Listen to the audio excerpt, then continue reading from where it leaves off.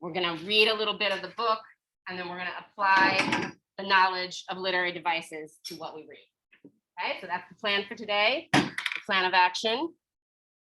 This is my document. It's yours. It's got an exit ticket at the end, and it's got a link to the quiz. But right now, this is the information.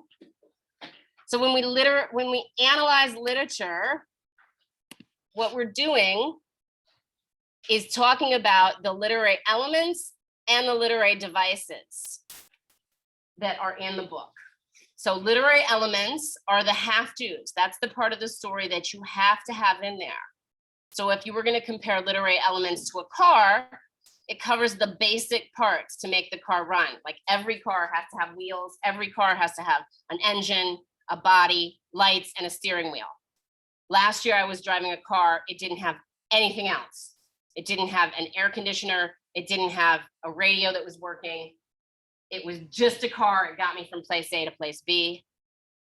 So that's the basics, the literary elements. They're things like plot, characterization, setting, point of view, conflict, theme. Those are the basics. We've been talking mostly about that all term. But we're reading a book that's written in poems. And poems naturally have lots of fun literary devices that make them more interesting. So literary devices are the artistic choices that a writer makes to dress up their story and make their style unique. So again, if we're comparing it to a car, it'd be like choosing the type of car, what color paint you want, what kind of sound system, right? So when my old busted car died that didn't have AC and a radio, I went and traded that one in for a new car. And I decided I wanted a 4-door hatchback. I wanted it to be little so I could park places. I wanted it to have air conditioning because it gets hot in the summer here. I got a good stereo system that hooks up to my phone, right? I wanted all those fun accessories because it makes the car cooler. It doesn't run any different than the old one. I still get the same places. The new car is just more fun. And so that's what literary techniques are. They're things like symbolism, figurative language, metaphors and similes and personifications and hyperboles and alliterations and imagery and allusions and irony, all these different things. And sometimes you'll see some of them in the story you're reading, but not all. It'd be rare to see all of them in any one story or book. So when we're doing literary analysis, that's why we start with studying these things, because this is in almost every story. These are just in some stories. Today, we're going to look a little more at the literary devices, and we're going to practice by taking one of these quizzes. Now, this is not a test. The grade for today is that you participated and tried. This is just a way to learn these. So once you've attempted once, you can start over and do it as many times as you want. Put your full name in and put your government name in. Somebody last period used a $sign and some weird letters, and I can't tell who that was. And some people, I have more than one of your name. So make sure you put your full name in there and then just give it a try. Start the game, see how you do. I'll do the first one with you. It's gonna give each person different ones, and it'll tell you the answer. You can take it more than once. So we're just gonna play with this for about 10 minutes to see what we know. Is this thing on? It does have a timer, but it's not no stress, like leave it alone. All right. And you just give your best shot, tells you how you're doing. If you don't know it, make a guess, go quickly. It's about learning. It's not about getting a right answer. It's not about stress.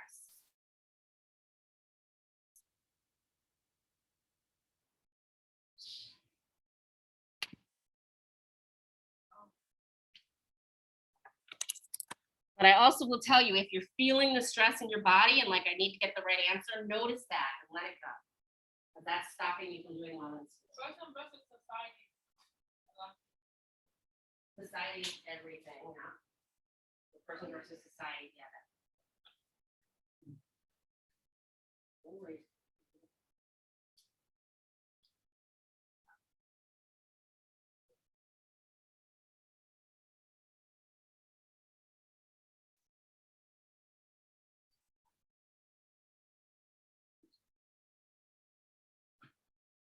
The timer runs out. I think you can still do it. That's scary, bro. I read so slow. It's just one. Right? Really not. As long as you're trying.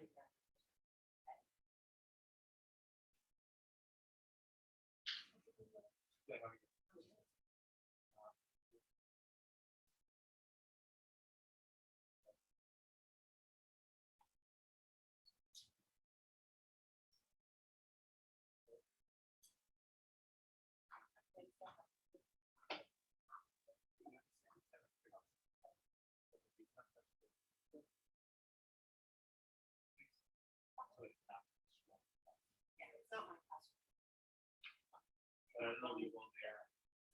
No, in seventh period, I often do, but I can. Right, so, you know. So, I might walk in there and forget. right, there'll be a test. Sure. So just letting you know. Hi guys, I just wanted to check in with you guys on Zoom. Are you guys all taking the quiz right now? I'm not. Just let me know in the chat. And if you aren't, let me know. I can help you find it if you're having trouble finding it. All right, cool, Julia. Thanks.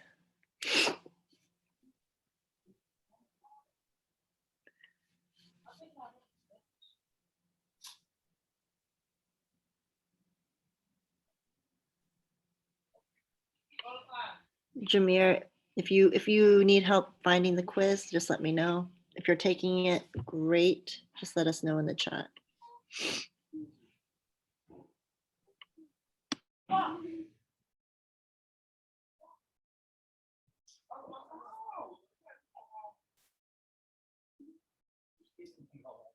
Cool.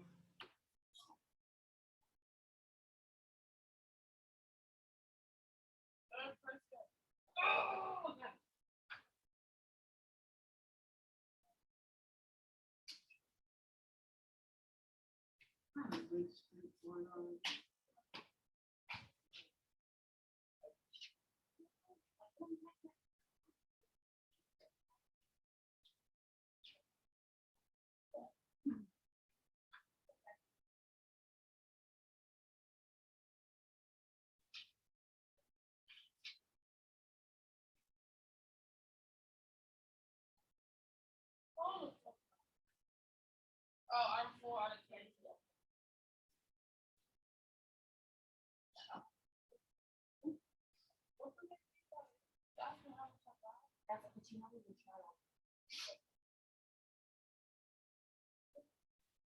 Oh, no, 10 out of 15 possible. And it keeps mixing it up. So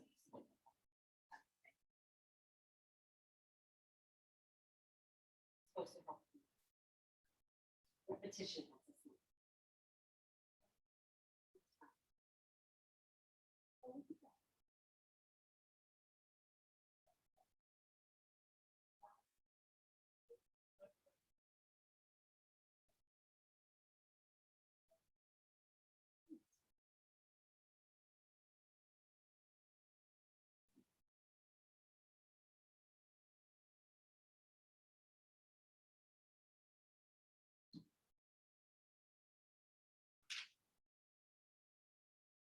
Oh, that's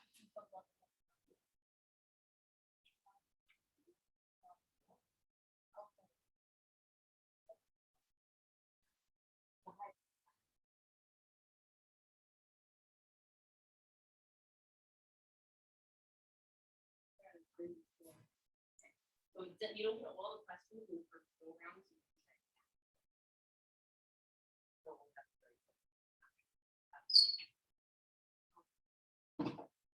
And really, the scores actually don't matter. It's going to have nothing to do with my grade. It's literally just a way to learn. I find that this kind of stuff you just have to memorize and have to go over a bunch of times. You can keep playing for another few minutes and then I'll tell you guys to stop.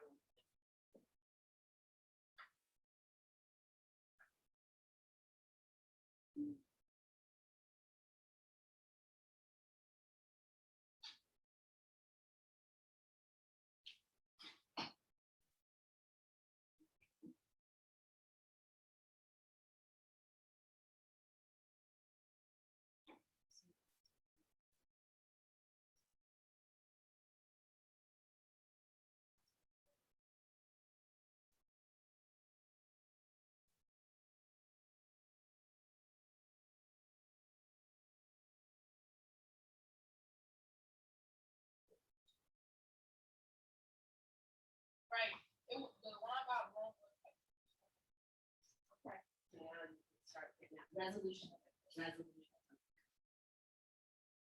oh my gosh, you just Right, who cares?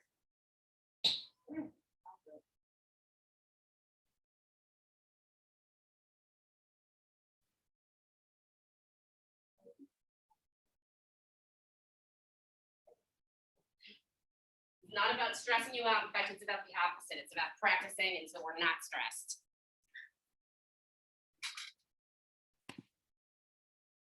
I'm going to give you a minute to finish up the quiz attempt you're on, and then we're going to do the next thing, okay?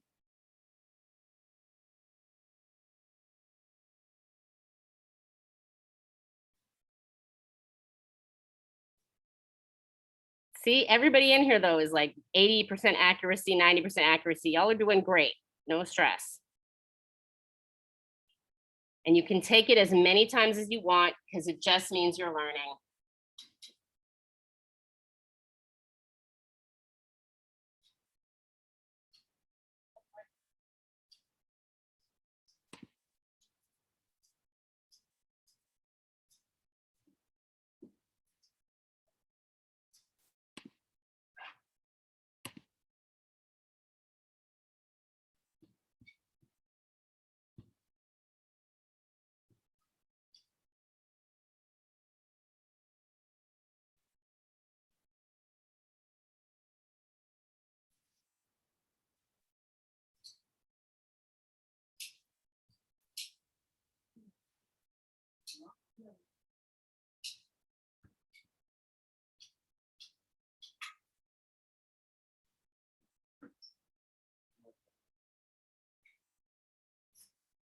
What?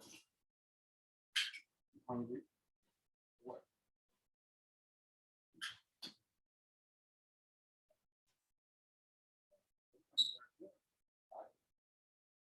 You don't want food?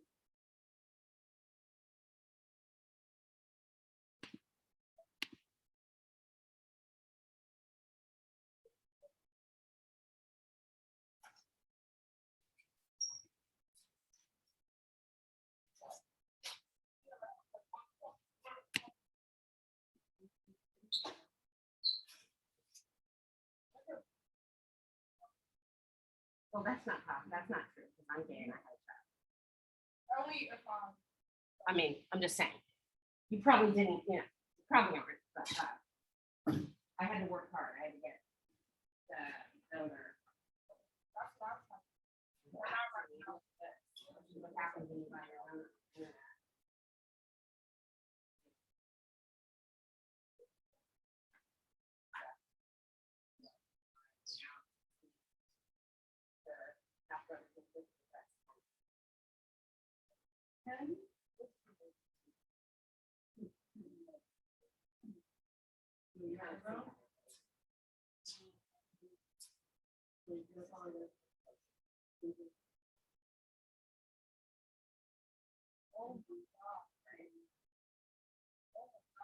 And all the other moments of the day. But we all just happen to buy the same stuff. Thank God we found each other on Facebook, so.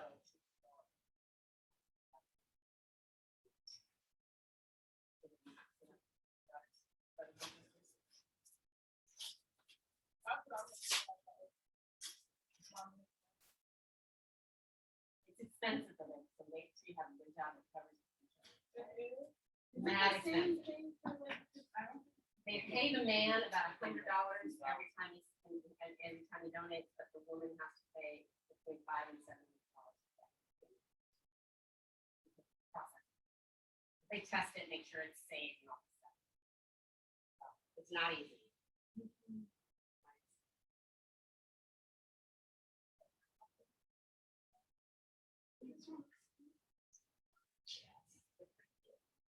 But it's funny because they really look alike, even though all the mothers are different.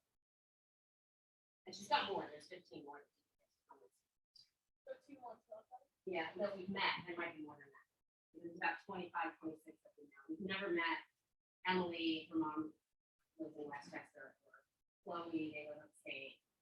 We've never met the two that live in New Zealand. We've never met the one that lives in California. So, yeah, we're all in a Facebook group together. Yep, so life gets complicated when you, no, because he's anonymous, so when the kids are 18, they get to contact him and see if he wants to know who they are. We don't know yet. All we know about him is he's an actor. So, I don't think he's famous. Famous folks don't usually need to go to the sperm bank and donate sperm to make money. I mean, they could, but I'm just making an inference. I'm using the information and making an inference, so. All right.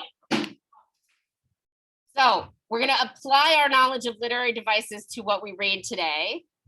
All right. So we're gonna start here on page 100. If you wanna open the book, you can find it in your Google Classroom and follow along, or you can follow along on the screen. And I'll play Mahogany reading this. And if we remember what we read before this is setting us up for a story about the boy she had her first kiss with, right? So she had her first kiss with this boy named Adrian, and they were playing a game called Seconds in Heaven. They were supposed to go into a closet and kiss for a certain number of minutes, and all the other kids were in the other room. But Adrian goes to this school called Edison Alternative School, and it's the one where you hear all the bad stories about. Stories. Like the ceiling was water falling in on the classroom. This is page 100. Even after it rains for days on end. The desks are moved to the front of the room, leaving the blue waste baskets to collect the water before one of the students is assigned with dumping the water in the nearest bathroom sink. Right. And can you guys get a picture in your head of this image right here, of this page? Ceiling with water falling in on the classrooms even after it rains for days on end. Have you ever seen a classroom where the ceiling is leaking? Have you ever seen a ceiling leaking? Okay. So the ceiling is leaking and the desks are moved to the front of the room. You can imagine that because the back of the room has leaks all over and there are blue waste baskets collecting the water and students are dumping it in the bathroom sink. Why is she showing us this image? What is she telling us about this school? It's dirty. Is it well funded? No. This is not a school that people care about, right? This is not a well-funded school. People don't care about this school. So she's using imagery to show us that. And that she wants it to tell us something about this boy, Adrian. She's going to go on and tell us more stories about this school, setting us up for like what we're going to experience with this first kiss.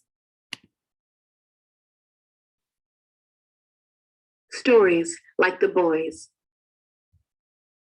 who compare videos of girls in their locker rooms, like the boys who leak the videos online when they mad, like the boys who leak the videos online when they get bored, how the videos made the girl into a mess her mother would have to clean up, like the time the mother transferred the girl out of school because her daughter couldn't walk into a room without people whispering and giggling, like the boys were expelled from the entire school district, like the girl went to a whole other school, and by the time she got there, the videos had surfaced over there too. Like the boys never really felt no kind of way because they were too busy being celebrated and given high fives from their homies. So there's some schema maybe. Have we seen a school, have this happen at a school?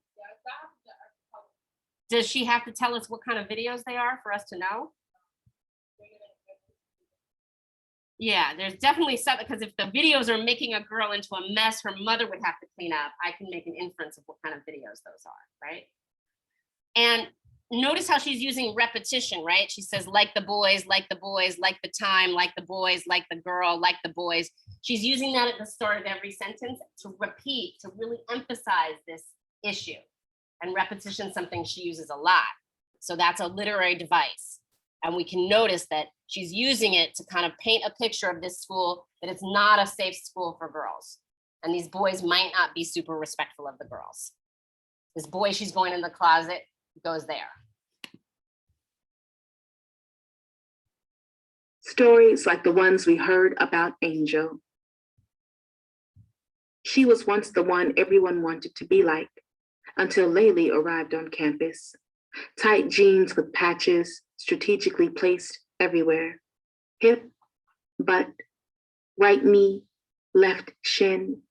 It made the eyes check out her fly. Her baby hair was eco-style perfect, and her lips pouted with the shiniest MAC sheen ever. I didn't really hang with Angel then, but I thought she was nice enough. We all danced in a circle at homecoming one year when we still thought a bunch of barrettes and a set of earrings made you special enough to be remembered.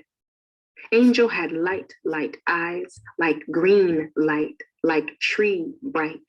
She sport her ash blonde hair bone straight, which was pretty hard to do, surrounded by all the valley's humidity. But Angel ain't gave up. She kept a brown brush in her back pocket and tied the handle with her green scrunchie. Angel had 4 younger siblings, all of them heads full of ash blonde hair. Curly, tight bangs covered their eyes like a perfect Disney character. But they mama, being the janitor at our grade school, made them the butt of everyone's jokes. I ain't laugh. Ain't nothing funny about making sure your kids fed. But Angel couldn't get away from the laughter. Stories about Angel's mama began to circulate like a wasp's nest. Bothered. Someone said their socks went missing. Someone said their lunch money went missing. Everyone blamed Angel's mama. Sat in her face in the lunchroom and dared her to pounce. But Angel was sugar sweet. At first, she didn't like to fight. Rumor has it, her daddy beat her mama. That's why her mama walked slow around the rooms, cleaning and humming. No hurry, no care for the things that children might say about her. Just feeling like she had to get from one task to the next safely. One day, it's like Angel woke up, just wound up her fists and started swinging. Some think maybe she started to fight so people would stop focusing on her mama. But Angel's anger grew until it had legs, arms, and its own nervous system. She stole a car once. She fought on the back of the bus another time. She smacked a girl over lollipops in the back of the team van as it drove the cheerleaders to the away game across town. Stories can change who you are to yourself. Shoot, stories can change your whole world. Look at Angel. Darius became her world. And here comes a whole new story about who Angel is and how we will remember her. Darius became a new story. He was an older boy at Burbank High that took a real liking to her, saw her at one of the away games, and told her to sit beside him after the game was finished. He wasn't a ball player, but he was respected. Black hoodie and army fatigue jacket covered his shoulders, and he didn't smile much, but when he saw her, he did. In no time, Angel and Darius were inseparable. People stopped talking bad about Angel's mama, but Angel ain't stopped swinging. Angel quit cheerleading altogether. Darius was known to be hot-tempered and even more hot-handed. He swung on anybody. He connects like Iron Fist, like Street Fighter, like Mortal Kombat. Him and Angel began to turn on each other. It got to the point Angel ain't allowed to walk too far away from Darius when she visits him at the away games.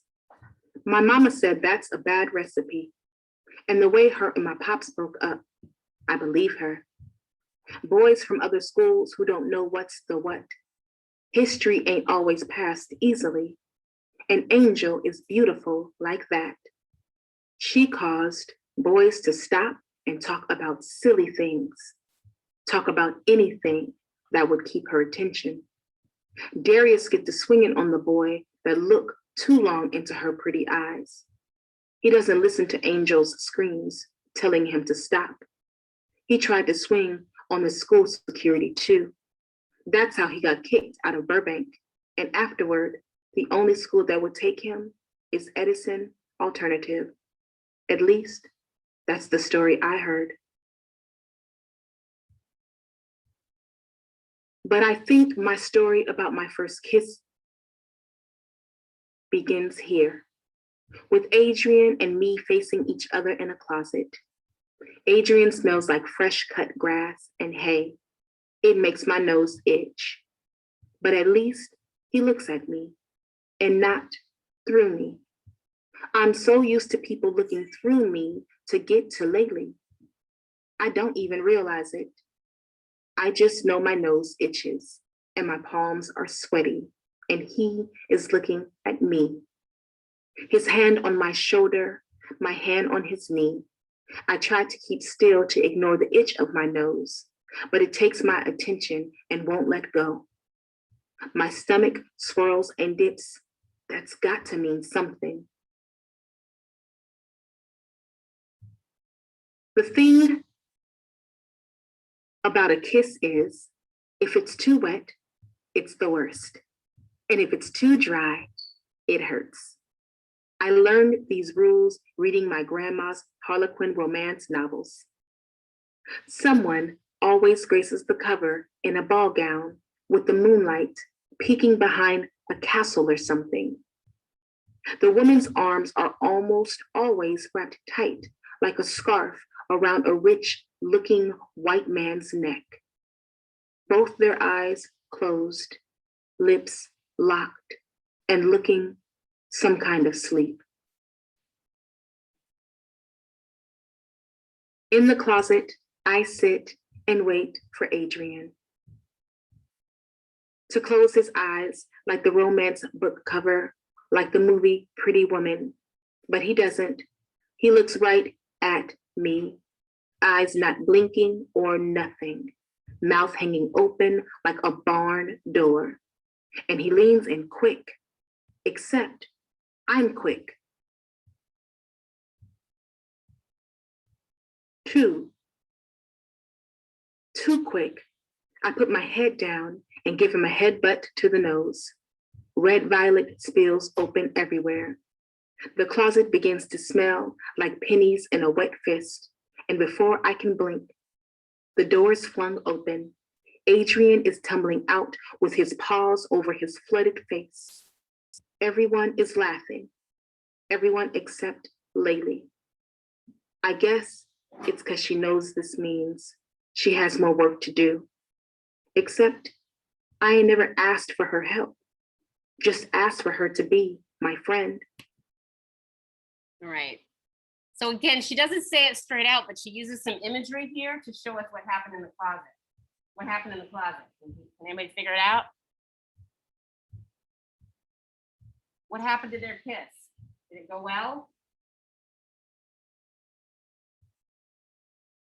I put my head down to give him a headbutt and give him a headbutt to the nose. Red violet spills open everywhere. The closet begins to smell like pennies in a wet fist. Right? Adrian is tumbling out with his paws over his flooded face. She headbutted him by accident and gave him a nosebleed. Is that a good idea on your first kiss, socially? When all the other kids are sitting right outside that closet? Ah! I feel cringy for her. I feel embarrassed for her, right? But notice that Mahogany doesn't say it straight out. She uses imagery, right? Red violet spills open everywhere. She doesn't say blood. She makes, in case you didn't know it was blood, she says, it smells like pennies in a wet fist. If you guys have ever smelled blood, it smells like pennies. So she's making sure you know it's bloody nose, but it's more interesting than that. She's using this imagery to make the words prettier. And that's what I'm going to show you guys is what literary analysis is. So you can write your own answer if you have something else to say, but I'm going to model for you how to do this, and I'm recording it. So if you miss it, you can totally follow along later. We always talk about the author with their last name. So in these pages, Brown uses imagery.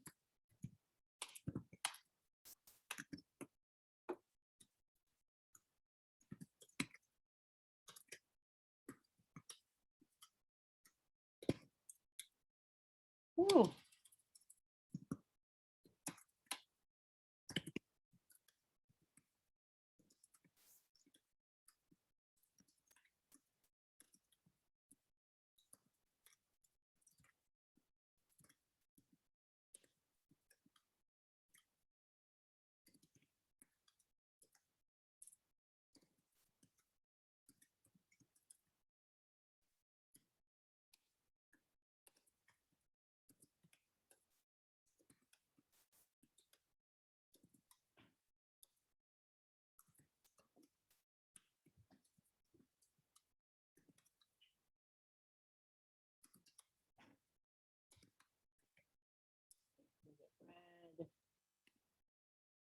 Red, violet.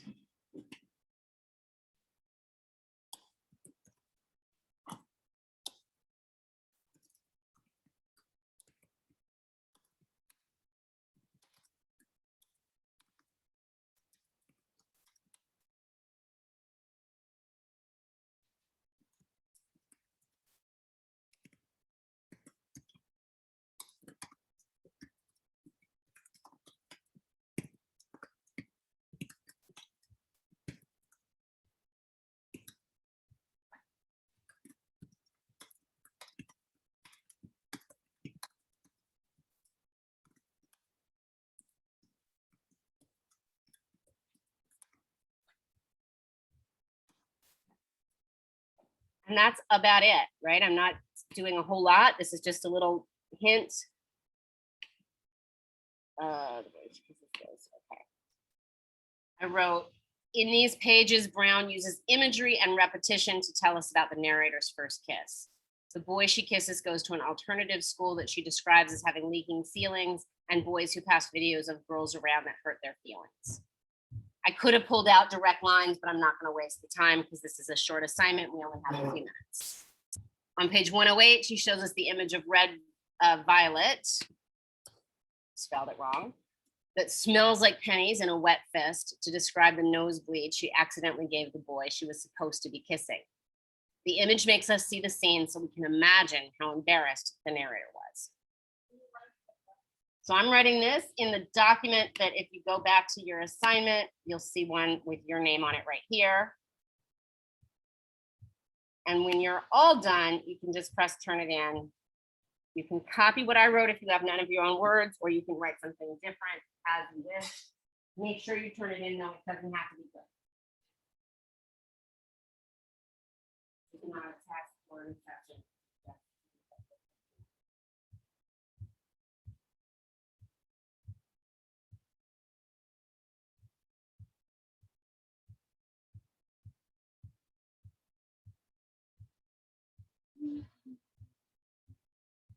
I think it was, yeah, it's got a lot of it. Main one has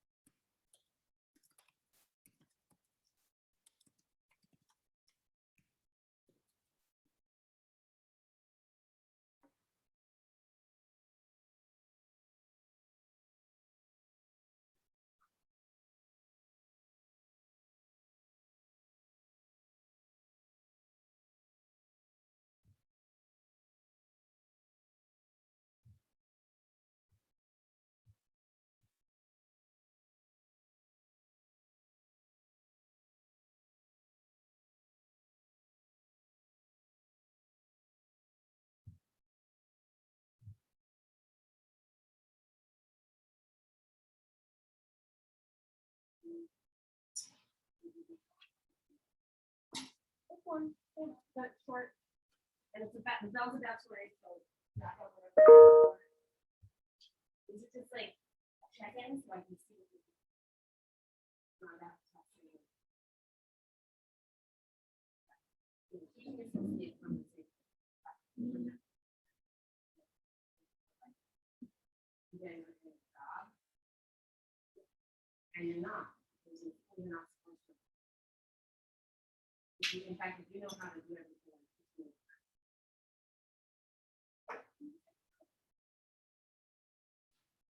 Yeah, you can just take a video or a picture. Easiest way.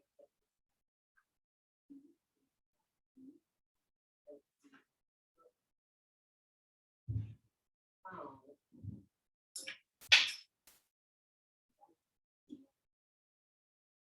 It's up to you, right? If you want me to be able to read it, you'll take pictures. If you want me to see it.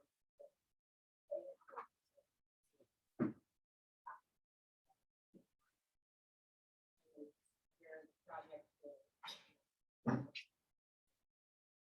that.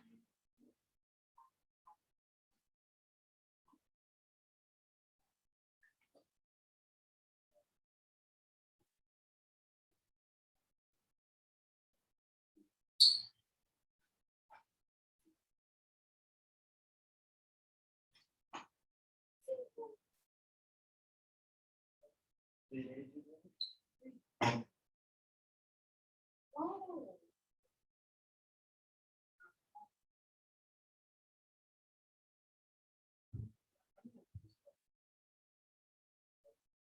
Right, so the bell is gonna ring.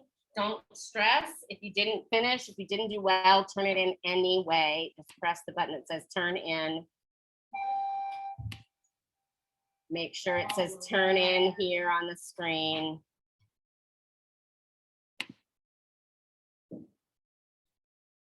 That's what I need. I need information. It's not a gotcha. Notice the way you get credit is for being here. You all got that. And you get credit for trying to do the work, okay? I actually have to adjust that, but I will do that later. All right, call me, text me, any questions with anything. I'm here for it.